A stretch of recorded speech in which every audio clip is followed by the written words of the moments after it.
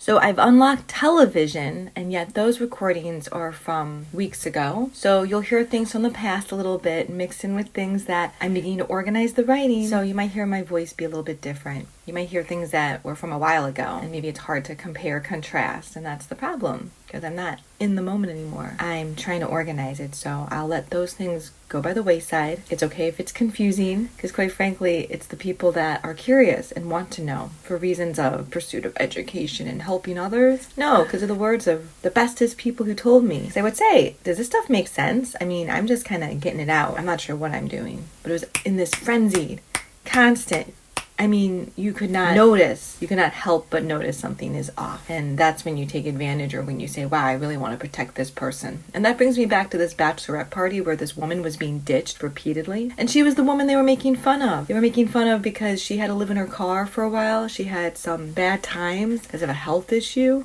And so I don't know if the person listening who had to create a story that people will just believe, so there's no questions, there's no confusion. If he just picked up on all the little, personality quirks of those around him, knowing, well, if I string this narrative over here, then I string this narrative over here, then I string this narrative. But is that much different than lots of places, institutions, organizations, associations, companies? It just seems to me that a lot of people struggle with workplace stress. And I met somebody who deals with the mental health aspect of that directly. So thank you. And I'm going to relive those conversations because that's kind of the point. Unless you really are passionate about this, you probably aren't going to be that interested. All right. I think it's natural for people to want to take advantage of others, get ahead. Because of all the storytelling of how you do it on your own, I also feel there's a self-awareness that maybe you're not doing it all on your own. Maybe you like the ability to lie, but you're also exhibiting lots of mental health issues. I don't think it's an unbelievably high price, but a price.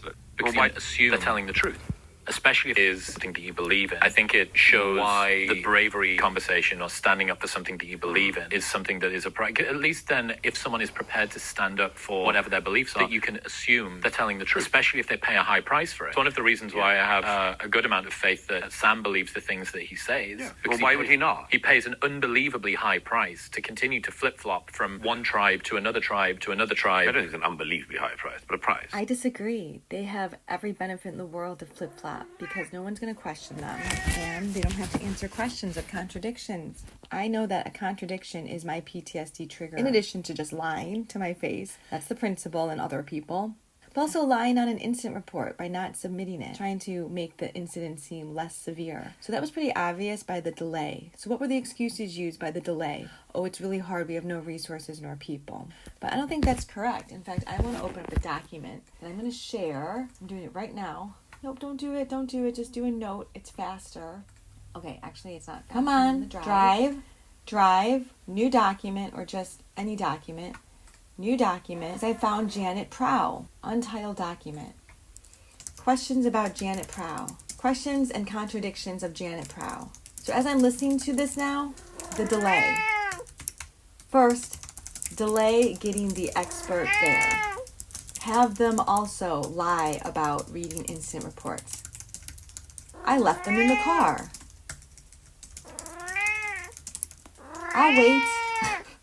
I'll wait for you. No response.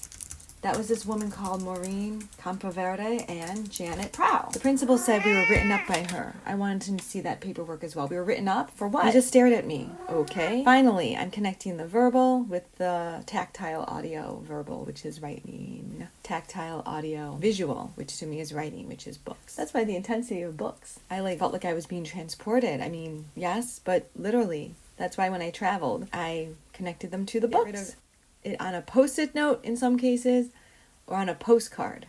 That's the plan. Thank you. Because both incidences, when the adrenaline rose, I was able to remove it. Do you really believe what you say? The answer to which for most people is, or ought to be, well, why would I say it if I didn't believe it? There are people who obviously do say stuff for lols or clicks. Things are all said for clicks and whatever that word was. What are you talking about? People want to be followed because it's money. It's clickbait. Actually, I just want to do a little change on here. Believe what people say when it bubbles out of them. When it bubbles out of them and they're so stressed out and under stress, that's the truth. That's what enables them. So I would continue to press the issue as I did, and then you get a response, and then you are realized that you can be released from it because, wow, you've been making up a whole false narrative from the beginning. And like I said, if you didn't know the very one thing that only you needed to know, consent. It's how you treat people. And also giving thanks to how you know how to treat people. It's a combination of stuff. So this sort of naivety is a little scary. At a certain point, you've got to accept that the person thinks what they think and, respect them for it, or at least do them the decency of believing that they mean it. And I think that even on people I disagree with wildly. I mean, it's such a boring argument, that one. Some people use it, particularly on the left, is like, I wonder if they actually even believe. Right, the victim narrative, which I was exposed to in 2015 with a charity that wanted to connect social media to celebrities for fundraising. Give me the list of names you want me to reach out to and write about what the organization does for veterans and that they have a connection to trauma. But I think everyone from every political party, every human being has the capacity to just say what they don't mean. Doesn't matter what political side you're on. I disagree with that. I wonder if they actually even believe it. I think they don't. I think they're just doing it for money. You go, well, that's an easier way to try to ignore them than actually trying to contend with the possibility that what they're saying is something they mean and believe. I don't know if that's necessary. Just listen for contradictions in those moments where you're confused, and whether or not they answer questions, how transparent they are, how accountable they are, and how much hypocrisy they have. And also think about their motivation for money. If you're motivated by money, then you're only going to look at that, and other stuff will not pop up, let's just say. That's why I don't think it's a good idea to make money the most important thing ever, because as we know, money cannot buy you happiness. It buys you a lot of stuff that you can then think you buy happiness with, but it also creates, situations where people to take advantage. I've seen it obviously with my students. The whole point of being in special ed is independence and watching people, vulnerable people with mental health or with cognition or with a lot of issues who are just taken advantage of. And trying to work out if there's anything in it. Yes, it's interesting to listen to. Never forget. You're great. Never thought this movie would happen. How funny. All right, well, Breakfast Wars that's one ratcheted up person. today as cereal superpower Kellogg's. The obsession with user experience and the experience and these evaluations that absolutely determine one's pay grade is why I pose the question, can a good experience in another store, in another location, with new people, replace the experience of a bad one? And it absolutely can. All right, there's about 100,000 things I'd like to get done at the moment. And at the moment, I can only do one. I can only do one thing that I need to get done at the moment. So, Hi, and welcome to Smarter Than Trauma. I'm your host, Smarty MC, and today we're going to pick up with the last podcast at 1 hour, 5 minutes, talking about validation. In a nutshell, validation to me is something that now obviously indicates a mental health crisis for someone, because nobody should need that reinforcement or validation from anyone. Granted, it feels good for someone to see you if you get an evaluation that is positive, and it's always nice to have your experiences validated or the pain you're in validated. But I'm talking about somebody needing validation from someone constantly, and I let them know in year 2 of this relationship that is not a place I want to be in. I know what I'm doing, and I can reflect on my day to say, was that a good day or a bad day? Was when I had told a student that I would check in on them at lunch because they had a harder session with me and they asked me to. And I said, yeah, that's fine. Now, I had checked in with students before and never really thought about it, just remembered to do so. But maybe because the student had requested it and I didn't think, I should check in on the student. Maybe that was why I forgot, but I forgot. And it was awful. This student found me and told me, you didn't check in on me. Where were you? Oh my goodness, I just forgot. And I let them know in that moment how sorry I was, and that if they wanted me to, I could check in on them the next day. And they said, no, I'm okay. And I said, I am so sorry. So I wrote them a note and I let them know, hey, in addition to apologizing, I want to thank you for letting me know that I really messed up there. So just so you know, you will see me now with Post-its and a binder, because as I work with students, I'm now going to take notes so that that never happens again. And I incorporated that into my teaching. I would have a binder and I'd keep Post-it notes on it so I could make quick notes and put it on there as a way to never forget, because it affected me. So I'm telling this person who is whining about, again, not being validated by one person and all of the childhood trauma stemming from an event that I don't know if they know, but they were absolutely talking about it in front of me. So I know what it was about, and it has to do with being believed. Something happened. The parents believed the teacher, not their child. And that was what has created all of this trauma. So that conversation is really important for later. Don't forget that I knew exactly what happened. And I saw the behaviors and reaction of the parents to the child and the child to the parents. And again, if you're not aware of your environment and just talking openly, then I'm going to hear you and I'm not going to be able to unhear you. And this memory did bubble up.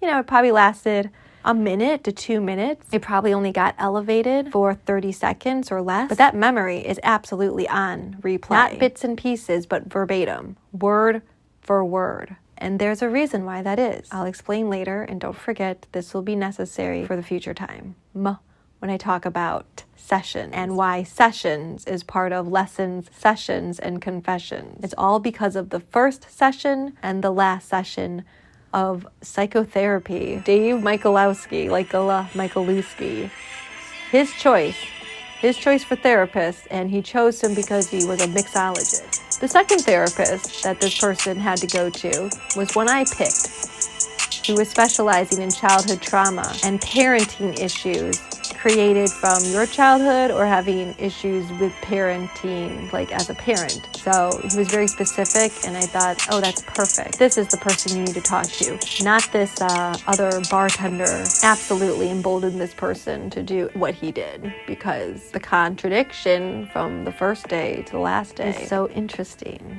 and why I wonder if that was just to delay to get more money, and I'll explain why I have that theory and the beginning of insane greed. So it was just an idea, and then I kept seeing it happening. That awareness is one of the most important things in ending trauma, and why PTSD is this hyper-arousal, hyper-vigilance to sensory around you. So I told this person, here's the example. I have a principal who does my evaluations, who manages me, who is technically my boss, even though I consider my case manager sort of my boss, because I speak to her more often, I get reports from her more often, I get feedback from her more often, and she's the one that runs the IEP meeting. The case manager's name is, you know what, she's not really a trigger, but she did participate in having me go up and down stairs, asking for meetings and telling me there's a meeting. And then all of a sudden, there's no meeting. Oh, we got moved back to the first floor. Oh, great. So I don't know if that was on purpose, but that was goofy to me, since that usually doesn't happen during the day. She's very good at communicating to me when meetings are not happening, because she knew I spent every second, no prep times, working with my kids. Working with my kids is my prep time. It's in the moment. And like I said, it's not hard to write an IEP. I would never take a prep hour to do that, which was done oftentimes by special educators, because you know the IEP, because you work with your students, and if you know them, it's not hard to write. So the first step is get it out. Now I'm listening to it. The second step, when you're able to sit and reflect and hear it, because sometimes you can't hear it through the noise. So be respectful of those that are struggling and triggering from sensory overload. Know that what you can do is recognize, well, you're not listening, but say it. When you can listen to me, when you can hear what I'm saying and not react like this, we need to talk. When can you talk? I'll keep asking. Check in every day.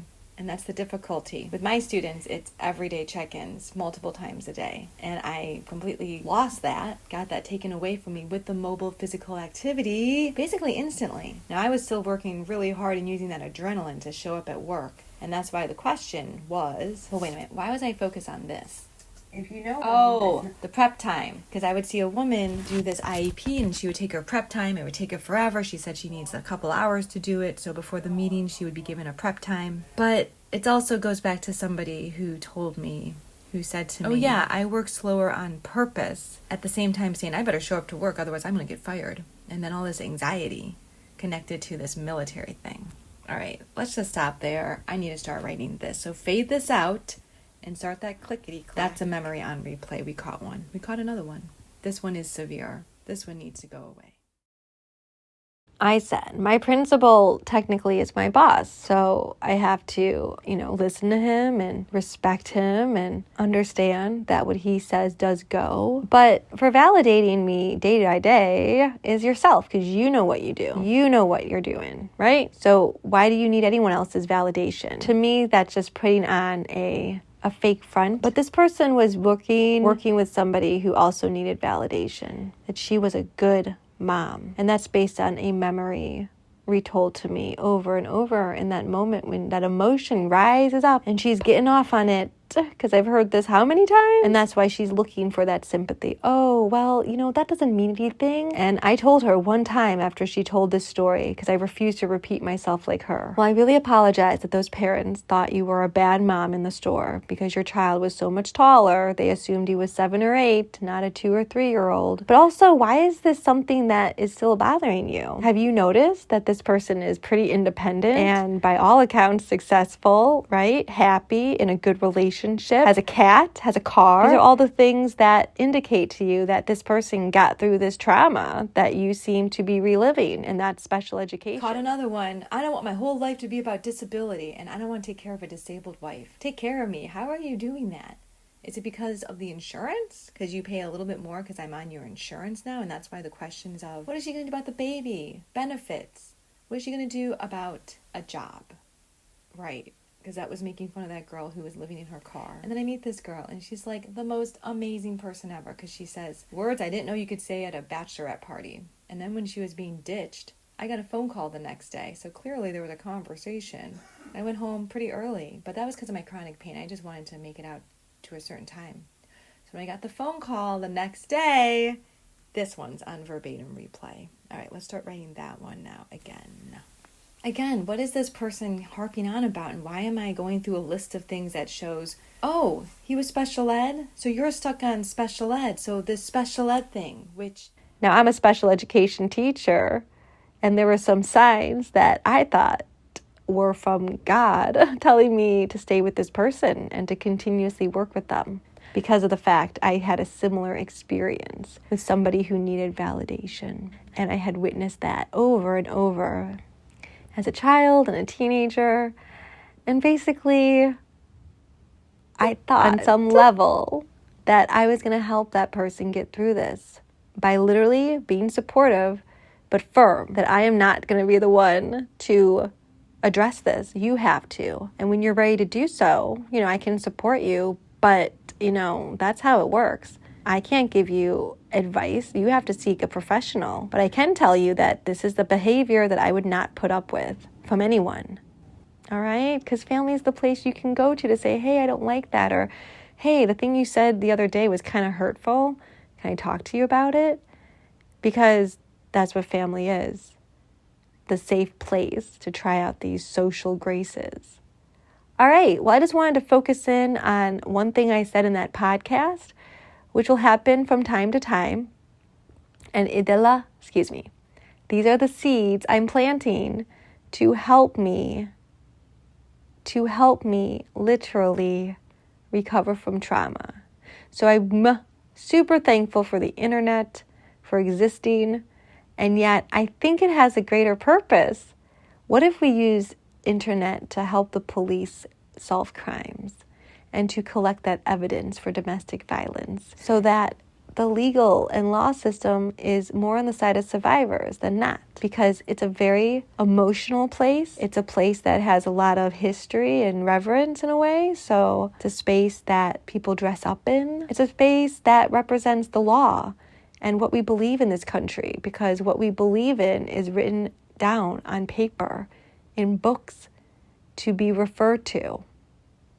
And why for some time I thought about being a lawyer, just because I love libraries so much. And I would argue strongly for the rights of others. And I understand how to cite cases, because citing your sources and precedent is a really important part of just growing up, having to do that, which I don't know if kids have to do that anymore. I'm sure they have to cite their internet sources. And lastly, we're finally in year 2. I've been stuck on day 1 forever, which is name, because the first day I asked my students, hey, what's your name? Oh, Brandon? What's your full name? Do you have a middle name if you want to share it? Oh, nice. Okay, do you go by any nicknames? Does anyone call you nicknames or, friendly terms of endearment? Pet names? I try to use all the descriptions for things so that kids get more knowledge, more language, more vocabulary. And then I have them write their name for me on a clean sheet of paper, and I ask them, do you want me to draw a line? Choose a color. Out of all these options, I want you to choose your favorite color, because I'm getting information on them.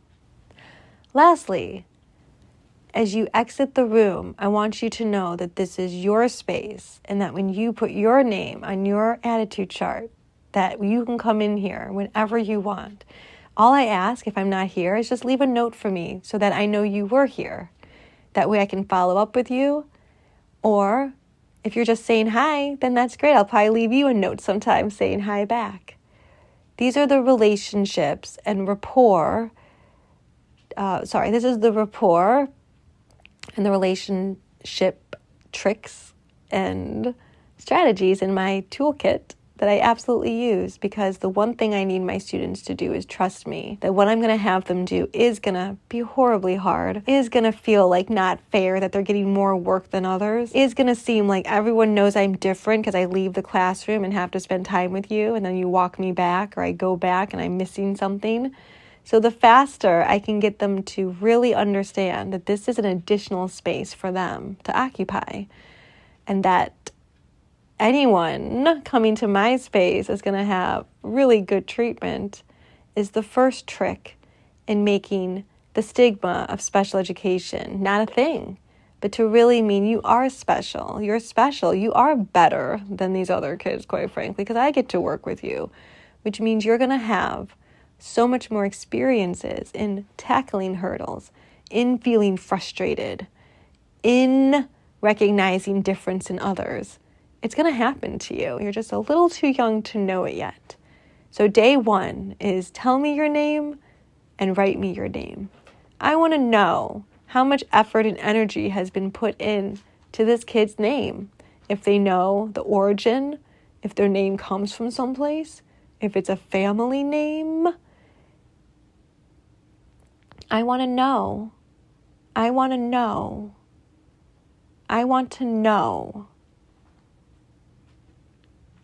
the family dynamic as soon as possible, because then that helps me work with the family. So from the get-go, because I understand having a diagnosis or somebody tell you your child is special and might need extra help is probably a scary thing to be told. Not only is there so much stigma with disability, but parenting is hard enough as it is. To be a special educator, I will tell you, it is the best thing to work with these kids for multiple reasons. They restore our humanity, and they allowed me to really feel like I made a difference.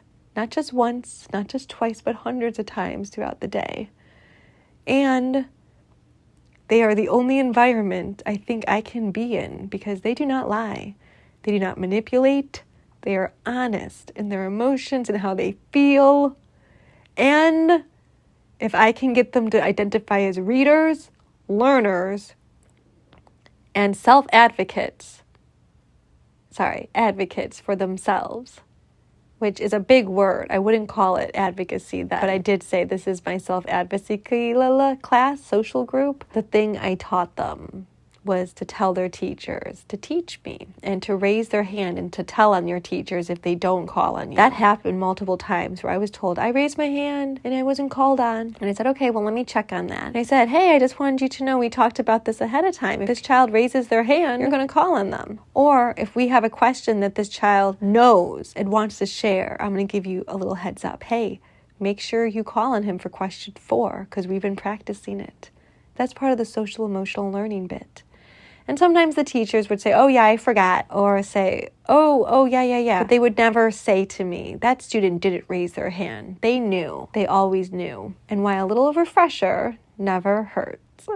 So, thank you for listening. This is Smarty MC with Smarter Than Trauma. I'm not a professional in the field of mental health or even scientific research, but I am a behavior learning specialist, 12 years experience in Chicago public schools, as well as 9 years of recovery from assaults in 2013 and 2015 in my work and home. Thank you. All right.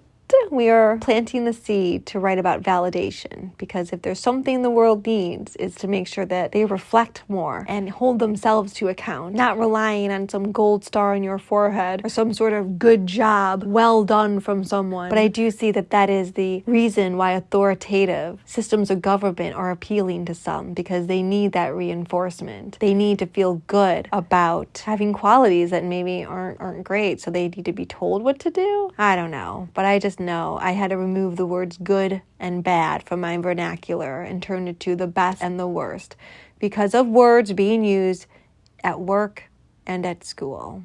We'll get into that one next time. Thanks again. Take care.